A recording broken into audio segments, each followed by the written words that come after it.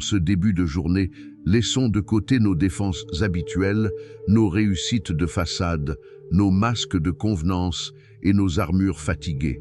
Nous venons devant le Seigneur exactement tels que nous sommes, avec nos joies discrètes, mais surtout avec nos blessures secrètes, nos fatigues accumulées, nos questions sans réponse et nos cœurs parfois profondément brisés.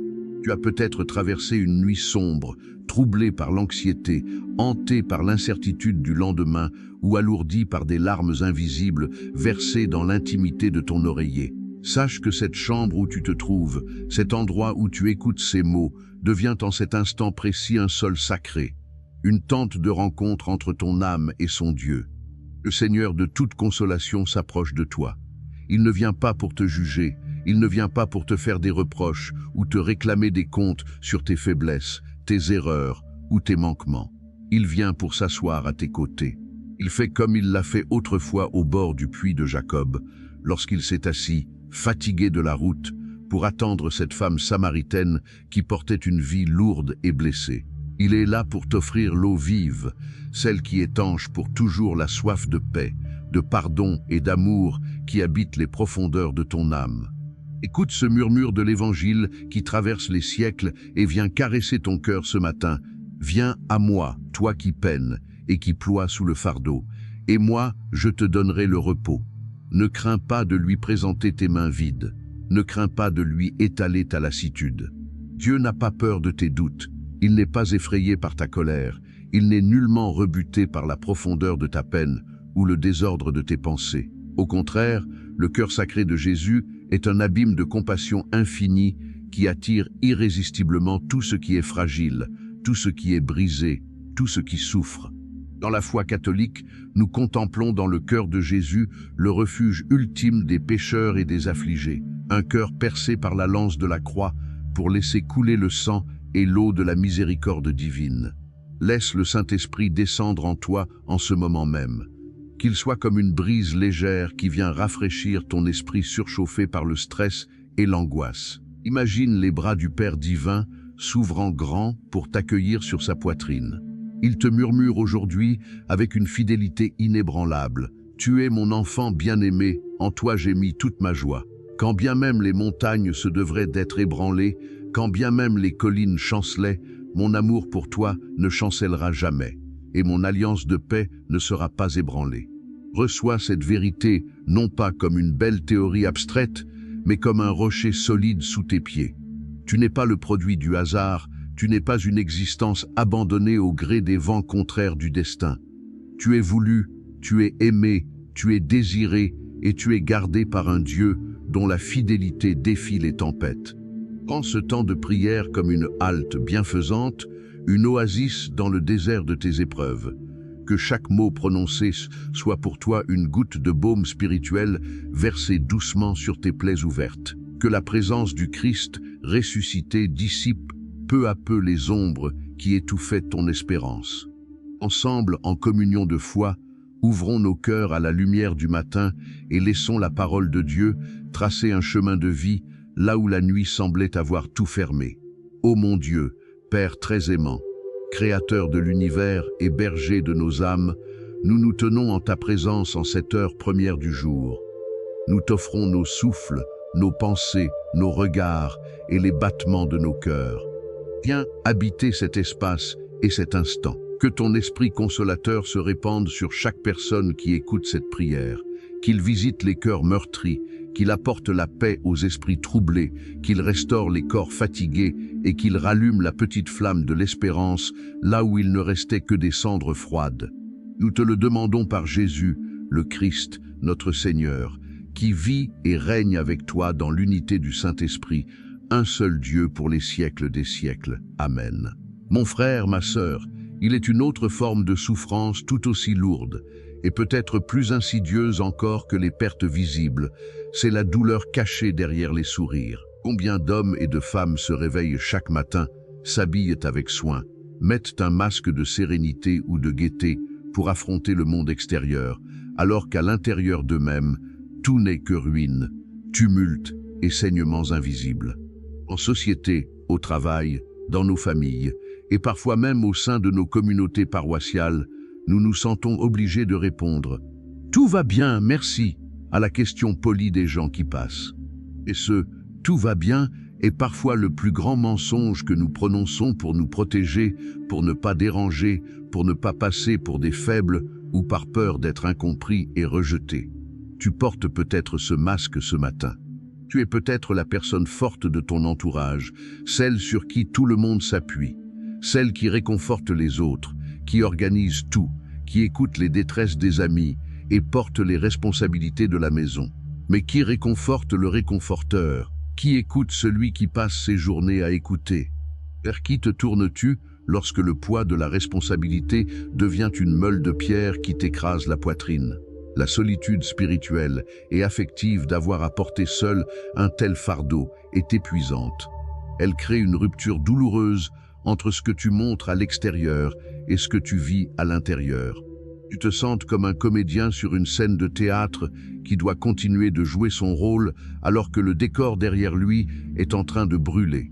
Cette hypocrisie involontaire finit par assécher l'âme, créer une fatigue chronique que le sommeil ne parvient plus à guérir et engendrer un sentiment profond d'isolement. Personne ne me connaît vraiment, personne ne sait ce que je traverse réellement. Écoute la bonne nouvelle de l'Évangile ce matin. Il y a un endroit où tu n'as plus besoin de jouer la comédie. Il y a un être devant lequel tu n'as plus besoin de porter le moindre masque. Jésus-Christ a dit dans l'Évangile selon saint Matthieu, « Pour toi, quand tu pries, retire-toi dans ta chambre, ferme la porte, et prie ton Père qui est là dans le lieu secret, et ton Père qui voit dans le secret te le rendra. » Ce lieu secret, ce n'est pas seulement une pièce physique avec 4 murs. C'est le sanctuaire le plus intime de ton être, cet espace intérieur où tombent les apparences, où les titres sociaux s'effacent, où les rôles s'évanouissent et où tu te retrouves seul à seul avec ton Créateur. Et qui voit le Père dans ce secret? Il y voit tes soupirs, il y voit la fatigue que tu caches si bien aux yeux de tes enfants, de ton conjoint ou de tes collègues. Il y voit l'angoisse financière qui te noue l'estomac. Il y voit la blessure du rejet, le sentiment d'infériorité, la honte d'un passé qui te poursuit ou la peur panique de l'avenir. Et la chose la plus merveilleuse, mon frère, ma sœur, c'est que lorsque Dieu voit ce secret, il ne s'en détourne pas avec dégoût ou déception. Il s'en approche avec une tendresse infiniment renforcée. Dieu n'aime pas le personnage idéal que tu essaies de présenter aux autres. Il aime la personne réelle que tu es dans la vérité de ta vulnérabilité. Il n'a que faire de tes réussites artificielles ou de tes sourires forced. Ce qu'il désire, c'est ton cœur contrit, ton cœur vrai, ton cœur qui crie vers lui. Il faut libérer nos esprits d'une fausse conception spirituelle très répandue, celle qui voudrait qu'un bon chrétien doive toujours être joyeux, fort, stoïque, sans doute et sans larmes. C'est une hérésie du cœur. Pleurer n'est pas un manque de foi. Exprimer sa douleur n'est pas un signe d'impuissance spirituelle ou de rébellion contre Dieu. Les plus grands saints, les plus grands prophètes de la Bible ont versé des torrents de larmes. Le roi David a trempé son lit de ses larmes dans les psaumes. Jérémie a pleuré sur la ruine de son peuple au point d'être appelé le prophète larmoyant. Et plus haut que tous les saints et les prophètes, regardons Jésus lui-même dans les évangiles. Le Fils de Dieu fait homme n'a pas caché ses émotions. Lorsqu'il s'est tenu devant le tombeau de son ami Lazare, voyant la détresse de Marthe et de Marie et la réalité cruelle de la mort, l'évangile de Saint Jean nous donne le verset le plus court et le plus profond de toute la Bible. Jésus pleura. Jésus n'a pas fait un beau discours théologique abstrait pour consoler la famille. Il a laissé couler ses larmes d'homme devant le tombeau de son ami. Et plus tard, dans le jardin de Gethsémane, à la veille de sa passion, Jésus n'a pas joué aux héros invulnérables. Il a dit à ses disciples les plus proches, « Mon âme est triste à en mourir. Restez ici et veillez avec moi. » Et tombant la face contre terre, dans une angoisse mortelle, sa sueur est devenue comme des gouttes de sang tombant jusqu'à terre. Jésus a connu l'angoisse, il a connu la solitude, il a connu le désir humain d'être secouru et la frayeur devant la souffrance qui approche. Si le Seigneur de gloire a pleuré, si le Sauveur du monde a laissé éclater sa tristesse et son angoisse devant son Père, de quoi aurais-tu honte, toi? Pourquoi t'interdirais-tu de pleurer? Pourquoi garderais-tu en toi cette pression dévastatrice qui te détruit de l'intérieur? Tes larmes sont saintes lorsque tu les offres à Dieu. Elles sont la lessive de l'âme, le moyen par lequel la pression de la douleur accumulée se libère pour laisser place à la consolation divine. Aujourd'hui, en ce matin de grâce, le Seigneur t'invite à déposer ton masque. Il te dit, « Mon enfant, arrête de faire semblant. Tu n'as pas besoin de paraître fort devant moi. Je sais que tu es fatigué. Je sais que tu es à bout de souffle. Laisse-moi porter ce fardeau à ta place. Laisse-moi être ta force là où tu n'as plus que de la faiblesse. » Faisons cette prière ensemble pour abandonner la douleur cachée. Seigneur Jésus, toi qui vois dans le secret des cœurs et qui connais la profondeur de nos douleurs invisibles, je te présente mon frère, je te présente ma sœur qui porte aujourd'hui le masque épuisant du sourire. Libère-le de la peur de montrer sa vulnérabilité. Qu'il sache qu'auprès de toi, il n'y a aucun jugement, mais seulement un accueil d'une douceur infinie. Je te dépose toutes ces larmes retenues, toutes ces peurs étouffées, toutes ces solitudes intérieures. Viens essuyer son visage, viens détendre ses traits contractés par l'effort de paraître fort. Sois son refuge, son roc et sa paix. Qu'il puisse enfin se reposer sur ton cœur très saint et puiser en toi la force d'être simplement lui-même, aimé et restauré par ta grâce. Amen. Rien n'est plus déchirant pour une âme croyante que de crier vers le ciel dans la détresse et d'avoir le sentiment de ne recevoir en retour qu'un silence pesant, froid et impénétrable. Tu as prié, tu as fait des neuvaines, tu as fait brûler des cierges, tu as demandé l'intercession de la Sainte Vierge et des saints, tu as jeûné, tu as versé des larmes au pied du Saint-Sacrement. Tu as demandé la guérison de ce corps malade, la restauration de ce mariage menacé, la conversion de cet enfant qui s'égare, le déblocage de cette situation financière dramatique ou la fin de cette dépression qui t'oppresse. Et pourtant, les jours passent, les semaines saoulent, les mois s'enchaînent et rien ne semble bouger. Les circonstances restent identiques, ou pire encore, elles semblent s'aggraver. Alors, l'ennemi de nos âmes, le trompeur, vient chuchoter à ton oreille des pensées d'amertume et de désespoir. Tu vois, Dieu ne t'écoute pas. Tu n'es pas assez saint pour qu'il te réponde. Il s'occupe des autres, des grands saints. Mais toi, tu es insignifiant pour lui. Il t'a oublié dans ton coin. Ta prière ne dépasse pas le plafond de ta chambre. Abandonne la foi, cela ne sert à rien de continuer à espérer. Cette tentation est terrible. Elle a fait chanceler les plus grands spirituels. Saint Jean de la Croix a consacré des traités entiers à cette expérience qu'il a nommée « la nuit noire de l'âme ». Sainte Thérèse de Calcutta, cette géante de la charité qui souriait aux pauvres dans les rues de Calcutta, a vécu pendant plus de 50 ans une nuit de la foi d'une intensité inouïe, où elle ne ressentait plus du tout la présence de Dieu dans son cœur, éprouvant la sensation d'être rejetée par le ciel. Et pourtant, c'est durant cette nuit qu'elle a accompli les plus grands miracles d'amour de notre temps. Sur la croix, le Christ lui-même a donné une voix éternelle à cette détresse absolue, en poussant ce grand cri rapporté par les évangiles « Élie, Élie, lema sabachthani », c'est-à-dire « Mon Dieu, pourquoi m'as-tu abandonné ?» Jésus n'a pas seulement récité le psaume 22, il a assumé en sa propre chair toute la détresse de l'humanité confrontée au silence du Père dans l'heure des ténèbres. Il est descendu au plus profond du sentiment d'abandon humain pour qu'aucun homme, aucune femme, dans aucun abîme de souffrance ou de solitude, ne puisse plus jamais dire « Dieu ne sait pas ce que c'est d'être abandonné ». Et sachons lire le mystère de Dieu à la lumière de la révélation divine. Le silence de Dieu n'est pas l'absence de Dieu. Le silence de Dieu n'est pas un châtiment, ni un signe d'indifférence. Dans le langage du ciel, le silence est souvent la saison de la gestation divine. Regarde ce qui se passe dans la nature que le Créateur a façonnée. En hiver, la terre est gelée, les arbres sont nus, dépouillés de leurs feuilles et de leurs fruits. Tout semble mort, immobile et stérile. Si un observateur ignorait les lois de la nature, il conclurait que la forêt est définitivement anéantie. Pourtant, sous cette neige épaisse et dans l'obscurité du sol gelé, une vie intense est au travail. Les racines s'enfoncent plus profondément dans la terre pour chercher des réserves d'eau et de minéraux. La sève se concentre au cœur du tronc. L'arbre se prépare dans le silence de l'hiver à porter des bourgeons éclatants et des fruits abondants dès les premiers rayons du printemps. Il en va exactement de même pour ton âme. Lorsque Dieu t'impose une saison de silence, de lenteur et d'attente incertaine, il ne t'abandonne pas, il approfondit tes racines. Dans les périodes où nous ressentons la douceur des consolations sensibles de Dieu, il est facile de prier et d'aimer. Mais dans les saisons d'aridité et de silence, lorsque nous continuons à prier sans rien ressentir, lorsque nous continuons à faire le bien sans être récompensés, lorsque nous continuons à faire confiance malgré le noir complet, notre foi se purifie.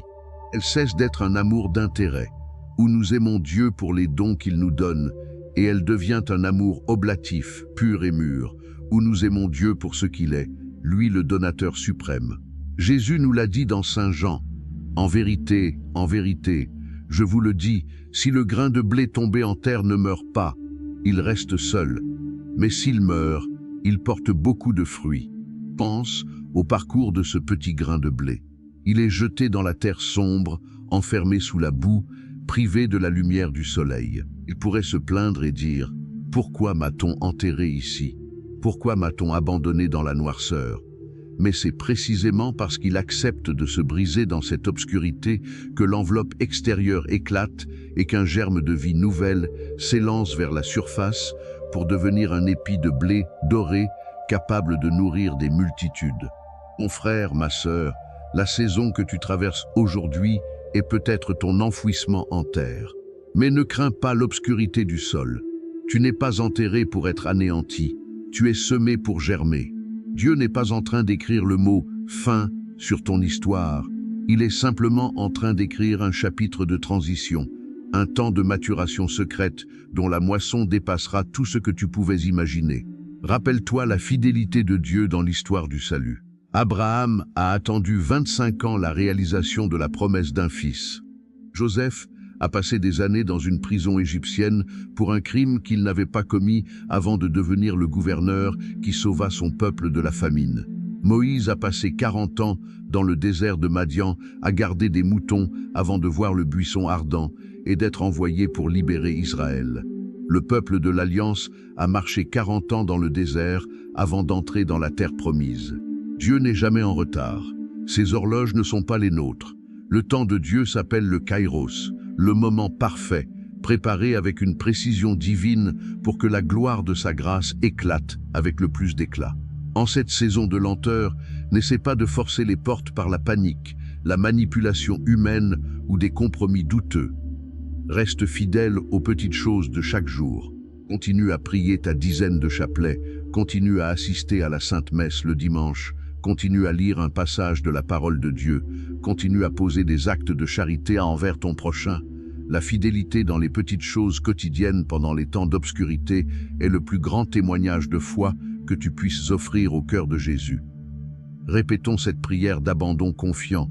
Seigneur mon Dieu, roi des siècles et maître du temps, je te confie le silence de mes jours et l'attente éprouvante de mon cœur. Pardonne-moi si j'ai douté de ton amour lorsque tes réponses tardaient à venir. En ce matin, je choisis de croire que ton silence n'est pas un abandon, mais le signe que tu travailles en profondeur là où mes yeux humains ne peuvent pas voir. Donne-moi la patience des laboureurs, la constance des guetteurs qui attendent l'aurore et la foi inébranlable des saints. Je remets entre tes mains mes calendriers, mes urgences et mes désirs. Que ta volonté sainte et parfaite se réalise dans ma vie, au temps fixé par ta providence. Par Jésus le Christ, notre Seigneur. Amen. Mon frère, ma sœur, il est un sommet vers lequel nous devons toujours tourner nos yeux lorsque la souffrance menace de nous engloutir. C'est la colline du Golgotha et le jardin du tombeau vide.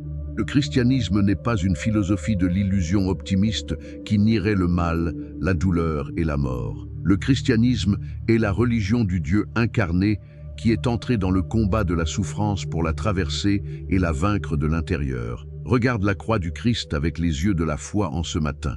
Que vois-tu sur ce bois élevé entre ciel et terre? Le monde n'y voit qu'un instrument de torture, un échec tragique, un homme vaincu et supplicié. Mais l'Église catholique contemplera toujours dans la croix le trône de la gloire, l'instrument ultime de notre salut et le chef-d'œuvre de la miséricorde divine. Sur le bois de la croix, Jésus a pris sur lui tout ce qui t'accable aujourd'hui. Le prophète Isaïe l'avait annoncé 700 ans avant la venue du Sauveur, avec une précision époustouflante. En réalité, c'étaient nos souffrances qu'il portait, nos douleurs dont il était chargé. Et nous le considérions comme puni, frappé par Dieu et humilié. Mais lui, il était transpercé à cause de nos crimes, écrasé à cause de nos fautes. Le châtiment qui nous donne la paix est tombé sur lui. Et c'est par ses blessures que nous sommes guéris. Est-ce chaque mot de cette prophétie? Tu te sens écrasé par la culpabilité d'un péché passé? Jésus a porté ce péché à la croix pour t'offrir le pardon absolu dans le sacrement de la réconciliation. Tu es rongé par la honte d'une faute, d'un échec moral ou d'une humiliation publique. Jésus a été dépouillé de ses vêtements, exposé nu à la risée des moqueurs, afin de revêtir ta nudité du manteau de sa justice et de ta dignité royale d'enfant de Dieu. Tu te sens rejeté et maudit par les circonstances de la vie? Le Christ est devenu malédiction pour nous sur le bois du calvaire, afin que la bénédiction d'Abraham descende sur nos vies. La croix nous révèle que Dieu n'est pas un spectateur distant et indifférent qui observerait nos misères du haut de son ciel étoilé. Dieu est un Père qui s'est fait proche jusqu'à partager nos douleurs les plus sombres. Il n'y a aucun abîme de souffrance où tu puisses tomber sans trouver au fond les traces des pas de Jésus qui y est descendu avant toi. Et si notre foi s'arrêtait au vendredi saint, nous serions les plus à plaindre de tous les hommes. La croix n'est pas le dernier mot de l'histoire. La croix n'est que le passage obscur qui mène à la lumière éblouissante du matin de Pâques. Au troisième jour, le Père a ressuscité Jésus d'entre les morts par la puissance du Saint-Esprit. La grande pierre qui fermait l'entrée du tombeau a été roulée. Les gardes se sont effondrés de frayeur, et l'ange de la résurrection s'est assis sur la pierre pour proclamer aux femmes, éplorer la plus grande nouvelle de toute l'histoire humaine. Pourquoi cherchez-vous parmi les morts celui qui est vivant? Il n'est pas ici, il est ressuscité. La résurrection du Christ est la démonstration éclatante que le mal a perdu la guerre. Le péché est vaincu, la honte est détruite, l'enfer est dépouillé et la mort elle-même a été engloutie dans la victoire. La tombe vide est le gage indestructible que pour quiconque appartient au Christ, la nuit la plus longue sera toujours suivie d'un matin de résurrection. L'apôtre Saint Paul s'écrie avec un enthousiasme sacré dans sa lettre aux Romains: « Si Dieu est pour nous, qui sera contre nous? Lui qui n'a pas épargné son propre Fils, mais l'a livré pour nous tous, comment ne nous donnerait-il pas aussi tout avec lui? Qui nous séparera de l'amour du Christ? La tribulation, l'angoisse, la persécution, la faim, la nudité, le péril, le glaive. Mais dans toutes ces choses, nous sommes plus que vainqueurs par celui qui nous a aimés. Car j'ai l'assurance que ni la mort, ni la vie, ni les anges, ni les dominations, ni le présent, ni l'avenir, ni les puissances, ni la hauteur, ni la profondeur, ni aucune autre créature ne pourra nous séparer de l'amour de Dieu manifesté en Jésus-Christ notre Seigneur. Médite ces paroles avec une sainte audace ce matin. Qu'est-ce qui t'effraie aujourd'hui? Qu'est-ce qui essaie de te faire croire que tu es perdu? La maladie? Elle n'a pas le dernier mot, car ton corps sera ressuscité dans la gloire au dernier jour, et dès à présent, le souffle de la guérison du Christ peut visiter tes membres. Le manque financier. Le Seigneur est ton berger. Tu ne manqueras de rien. Il pourvoira à tes besoins selon sa richesse avec gloire. La solitude? Le Christ a promis. Et voici, je suis avec vous tous les jours, jusqu'à la fin du monde. La mort d'un proche? En Jésus-Christ, la mort n'est pas une fin, c'est une porte qui s'ouvre sur la vie éternelle où nous serons réunis pour toujours dans la vision béatifique de la Sainte Trinité. Mon frère, ma sœur, lève la tête. Ne regarde plus ton avenir avec les yeux de la peur humaine, mais regarde-le à travers le prisme de la résurrection. Tu es du côté du vainqueur. Le lion de la tribu de Juda a triomphé. La lumière du Christ brille dans les ténèbres, et les ténèbres ne l'ont pas arrêtée, ne l'ont pas éteinte et ne l'éteindront jamais. Déclarons ensemble la victoire de notre foi. Seigneur Jésus-Christ, agneau de Dieu immolé et pasteur ressuscité, nous proclamons ta victoire suprême sur le bois de la croix et dans le jardin du tombeau vide. Nous plaçons sous l'autorité de ton nom très saint nos peurs, nos maladies, nos échecs et nos désespoirs. Par le sang précieux que tu as versé sur le Golgotha, purifie nos consciences, brise toute chaîne de malédiction, de honte ou de culpabilité qui tenait mon frère ou ma sœur captifs. Remplis-nous de la puissance de ton Esprit Saint de résurrection. Fais briller dans nos ténèbres la lumière de ton espérance inébranlable. Que ta paix, qui dépasse toute intelligence, garde nos cœurs et nos pensées en toi, dès ce matin et pour les siècles des siècles. Amen. Mon frère, ma sœur, la grâce de Dieu ne se contente pas de nous consoler dans nos épreuves. Elle accomplit un miracle plus grand encore. Elle transforme nos blessures en source de bénédiction pour les autres. Dans l'Évangile après la résurrection, lorsque Jésus apparaît à ses disciples rassemblés au Cénacle, il ne se présente pas avec un corps totalement réinitialisé, vierge de tout souvenir de sa passion. Il s'approche d'eux et leur montre ses mains transpercées, ses pieds percés et son côté ouvert par la lance. Pourquoi le Christ a-t-il conservé les cicatrices de sa passion dans son corps glorieux de ressuscité?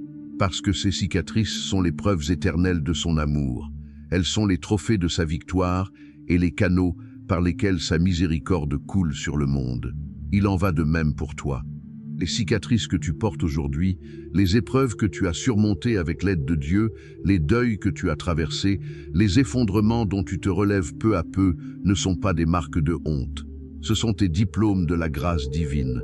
Une personne qui a connu la faim sait consoler avec une délicatesse infinie celui qui manque de pain.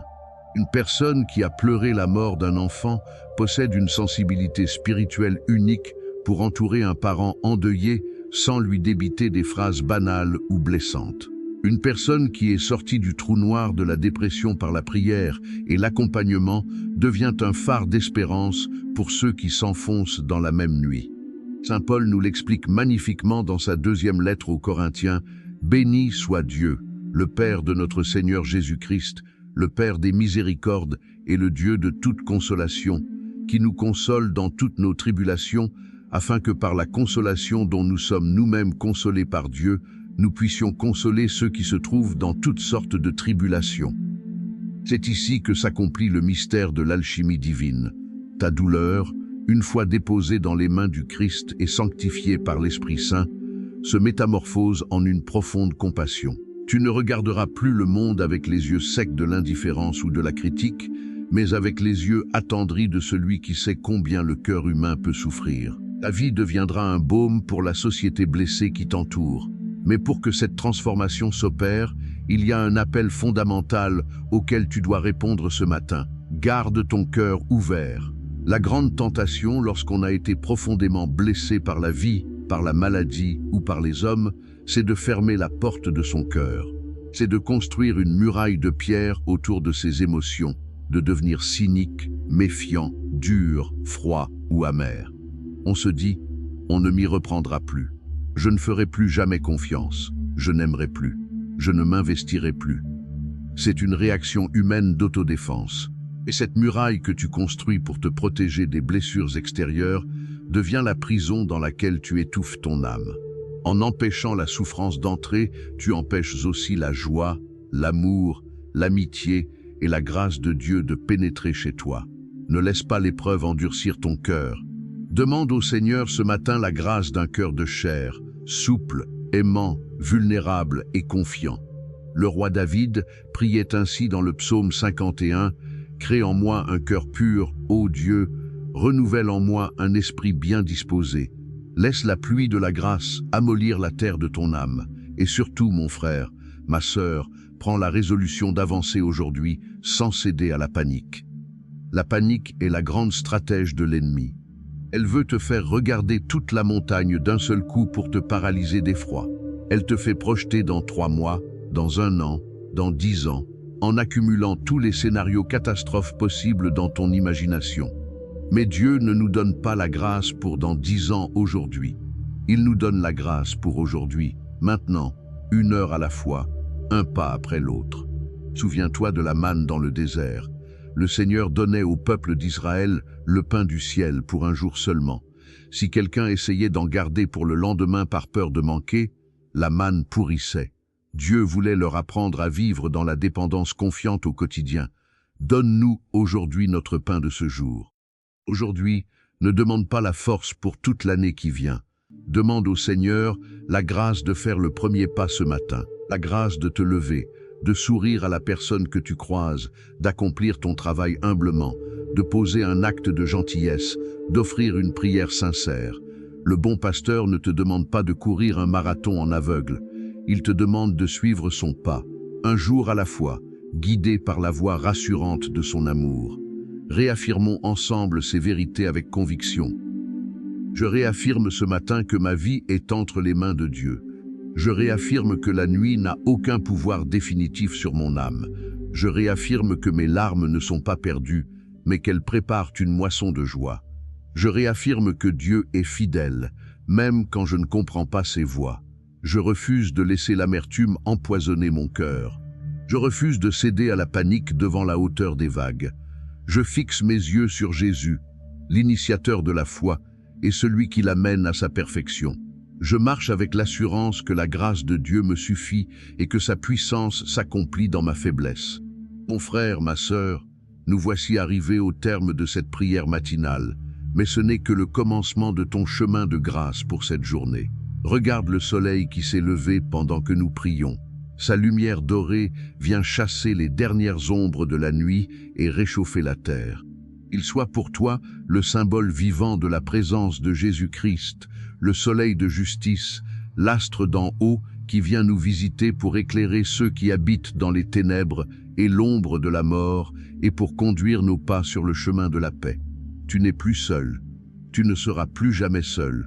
Même dans les moments où tu te sentiras isolé au milieu de la foule, rappelle-toi que l'Emmanuel, Dieu avec nous, habite au plus profond de ton cœur par la grâce de ton baptême. La Sainte Vierge Marie, Mère de consolation et Notre-Dame des douleurs, pose son manteau d'amour maternel sur toi. Elle qui s'est tenue debout au pied de la croix, sans faiblir, dans une foi pure, comprend chaque fibre de ta souffrance.